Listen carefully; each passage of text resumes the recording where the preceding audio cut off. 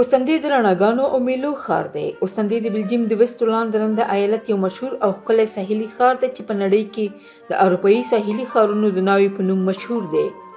دا ښار لنډ تاریخ لري. دا ښار په 9 او 10 زیږدیزه پیړۍ کې وموندل شو. هغه وخت دا یو وړوکی کلی و چې شپانه او کبنیونکي به پکې اوسېدل. ورو ورو دغه ښار د کبنیونې په مارکیټ بدل شو او په 1280 زیږدیز کال کې د ښار امتیازات خپل کړل او په یو ښار بدل شو. خو تر دغه مهاله په دغه ښار کې هیڅ ډول کلا او یا دیوال ودان شوي نه ول. ورو ورو دلته لومړی کبنیونکو او کپلونکو ژوند پیل کړ او د کورونو په آبادۍ پیل وکړ. وروسته نور خلک هم ورته راوکوچېدل او یو وړوکی ښارګوټی یې جوړ کړ. اوستنې 22.28 کیلومتر مربع مساحت لري چې 22.28% برخه یې شاړه ده. 14.09% یې د اوسېدو سیمه ده او 51.38% مځکه یې د کرکیلې او یا نورو اړینو چارو ته بیله شوې ده.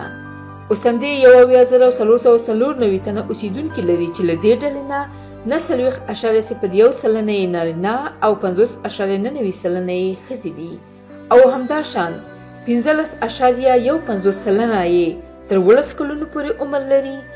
همداشان 55.15% یې له 18 کلونو نه تر 40 کلونو پورې عمر لري او 28.14% وګړي له 15 کلونو نه د لوړ عمر خلک دي.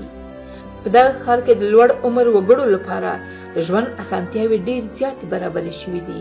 ځکه خو ډېری وخت زاړه بلجیمیان هڅه کوي چې وروسته له تقاعده دلته ژوند پیل کړي. د دغه ښار 10.20% اوسېدونکي له نورو 120 هیوادونو نه راغلي وګړي دي چې ډېری افغانان دي. په 2014 زیږدیز کال کې د اوستنې د ښار د اوسېدونکو د هر تن کلنی عاید په منځنۍ کچه 1890 یورو ته رسېدل. خو په 2019 زیږدیز کال کې د دغه ښار د وزګارو وګړو کچه 11.6% ښودل شوې ده. د اوستنې ښار د بلجیم د ساحلي ښارونو په منځ کې پروت دی. د بلجیم د سمندر د غاړې یا ساحل اوږدوالی 15.3 کیلومتر ته رسیږي چې د دغه ساحل پلنوالی 2.5 کیلومتره اټکل شوی دی او اوستنې د دغه ساحل په منځ کې پروت دی.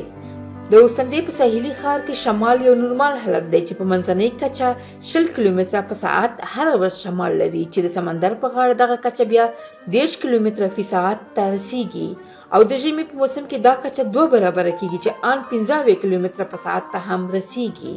دلته هوا نه سړه او نه توده ده. د اوړي په موسم کې د سانتیګراد درجه تر 22 درجو پورې لوړیږي. د 2019 زیږدیز کال یوازې د اوړي په 3 میاشتو کې دغه ښار ته 15.7 میلیونه هغه سیلانیان راغلي دي چې یوازې دلته یوه ورځ تیره کړې ده او بیرته ستانه شوي دي. دا ښار نه یوازې د سیلانیانو د پام وړ ښار دی بلکې یو ښه اقتصادي ښار هم دی چې د خپل ښکلي ساحل په لرلو سره ډېر شهرت لري. اوستنې ښکلي پارکونه، ښکلي او زړې کلیساوې، ښکلی بازار، پاک سړکونه، له ګلانو ډکې څلورلارې او له خلکو ډک بازار لري.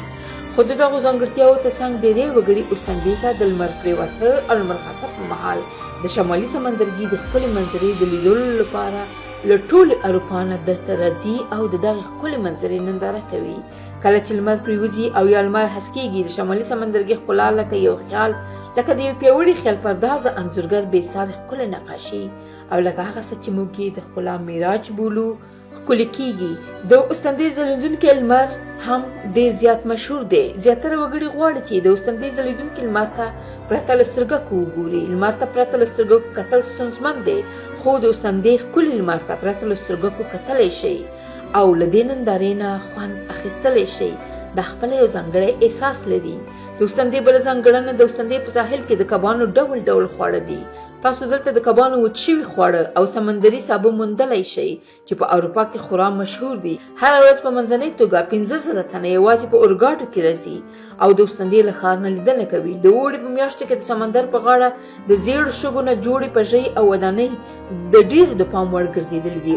اوس اوستنې ته خلک یوازې د سمندر د ښکلې غاړې د لیدلو لپاره نه راځي بلکې د ډېرو نورو تاریخي او لیدو وړ ځایونو، میلو، بازارونو او نندارونو